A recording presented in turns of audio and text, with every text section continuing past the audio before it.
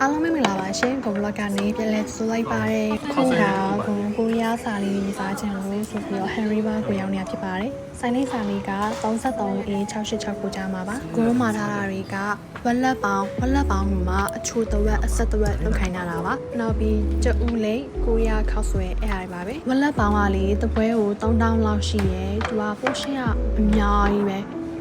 လူ2ယောက်လောက်စားရင်အဲ့တပွဲနဲ့ဆိုရင်ကောင်းကောင်းယူပါတယ်ကိုကတခြားဟာတွေရောစားလိုက်တာဆိုဘိုက်ကလေတော်တော်ကြီးတင်ကားပြီးအီစလန်တော်ဝေသွားပြီပေါ့နော်ပိုရှင်းကအရင်များတယ်ထောင်းစနာရဲ့ဆက်လက်ရွက်လေးတွေကိုဝက်လက်ပေါင်းလေးထည့်တယ်ပြီးရင်အမြန်ဟင်းလေးတွေရုပ်တီးလေးတွေကျွတ်တူယူလေးထည့်ပြီးစားလိုက်တာရှမ်းမိုက်တယ်အဲ့ဝက်လက်ပေါင်းလေးကလေအီမဲ့ထင်တာကလုံးဝမအီဘူးသူရဲ့အရန်ဟင်းလေးနဲ့တွဲစားတာနဲ့တော်တော်ကြီးမိုက်နေတာဒါတော့ကိုရီးယားခောက်ဆွဲပြုတ်ပါ不得不留太多。ကိုစားမင်းဟာဇွတ်ထဲကအဲ့ဒါလေးတည်းအဲ့လိုပဲ food blogger တွေနဲ့အတူတူစားရင်ဘေးကတငယ်ချင်းတွေလည်းမနေရအောင်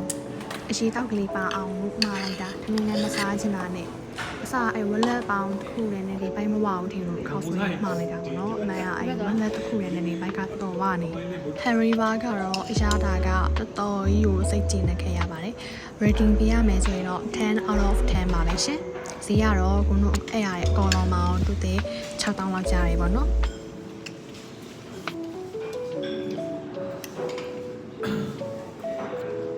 ဆိုတော့ကိုရဲ့ vlog လေးကိုဒီမှာပဲအဆုံးသတ်လိုက်ပါတော့မယ်ရှင်အဆုံးနေကြည့်ပြီးကြတဲ့အတွက်အားလုံးကိုကျေးဇူးတင်ပါတယ်နောက် vlog ဒီမှာပြန်တွေ့ကြမယ်နော်အားလုံးပဲ bye